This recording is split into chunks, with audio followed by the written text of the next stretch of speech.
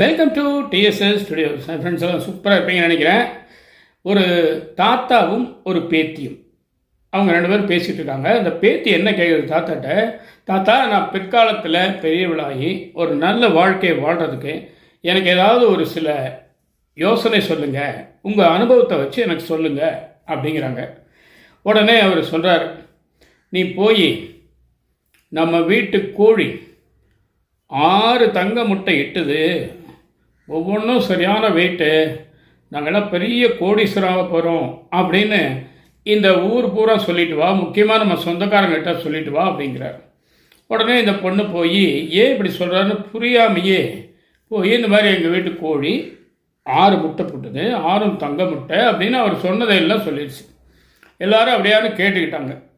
சொல்லிவிட்டு வீட்டுக்கு வந்துடுச்சு. மறுநாள் பார்த்தா ஒருத்தர் கூட வரல, அது என்ன ஏதுன்னு கூட கேட்கல. இந்த பொண்ணுக்கே டவுட் வந்தது, இவ்வளோ பெரிய விஷயம் சொல்லியிருக்கோம், யாருமே வந்து கங்க்ராச்சுலேட் பண்ணல, ஒன்றுமே பண்ணலையே அப்படின்னு மறுபடியும் தாத்தாட்ட சொல்லுது. ஏன் தாத்தா இந்த மாதிரி சொன்னேன், யாருமே வரல.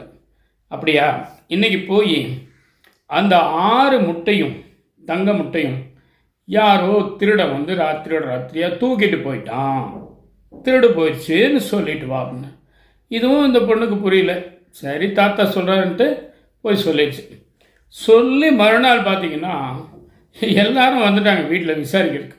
ஆச்சா அப்படியா, திருடு போயிடுச்சா, வேற என்ன போச்சு, அது போச்சு, இது போச்சு.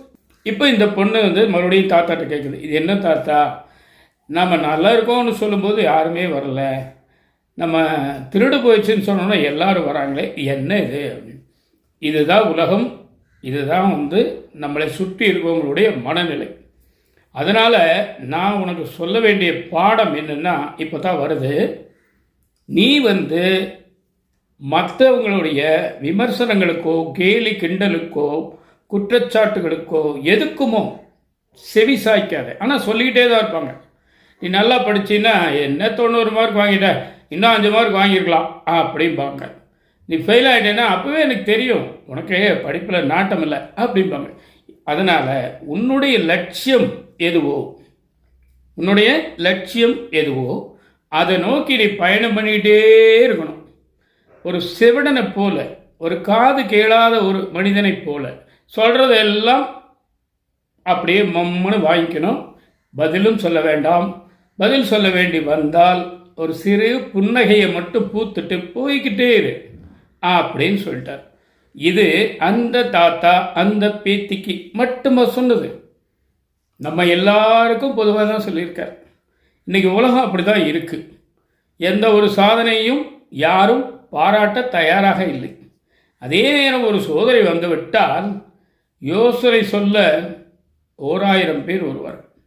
நமக்கு தெரிஞ்சவங்களே கொஞ்சம் பேர் தான் இருப்பாங்க, வேண்டியவங்களே கொஞ்சம் பேர் தான் இருப்பாங்க. ஆனால் யோசனை பார்த்திங்கன்னா அதிகமாக வரும். ஒரு ஆங்கில பழமொழி சொல்லுவாங்க பார்த்தீங்களா, if there are 10 economist there will be 11 opinion அப்படிம்பாங்க. அது என்ன அர்த்தம் அப்படின்னா, 10 பொருளாதார நிபுணர்கள் கலந்து பேசி முடிவை அறிவிக்கும் போது 11 முடிவு வருமா. அது யார் 2 சொல்லுவாங்கன்னு தெரியாது. அந்த மாதிரி மக்கள் நம்ம கெட்டு போயிட்டோம், கெட்டு போகிறோன்னு தெரிஞ்சால் குஷியாகிறாங்க, நல்லா இருக்கோம்னு தெரிஞ்சால் வருத்தப்படுறாங்க. இது மனித சுபாவமா இல்லை நம்மளை சுற்றி இருக்கவங்க சுபாவமா, கடவுளுக்கு தான் வெளிச்சம். சரிங்களா, இதான் இன்றைக்கி விஷயம். நிச்சயமாக இந்த விஷயம் உங்களுக்கு பிடிச்சிருக்கும்னு நினைக்கிறேன். உங்கள் கருத்துக்களை எதிர்பார்க்குறேன். மீண்டும் அடுத்த எபிசோடில் சந்திப்போமா? அதுவரை உங்களிடம் இந்த விடைபெறுவது உங்களாக இருப்பேன் டி. சண்முக சுந்தரம், போத்தனூர், கோயம்புத்தூர். நன்றி, வணக்கம்.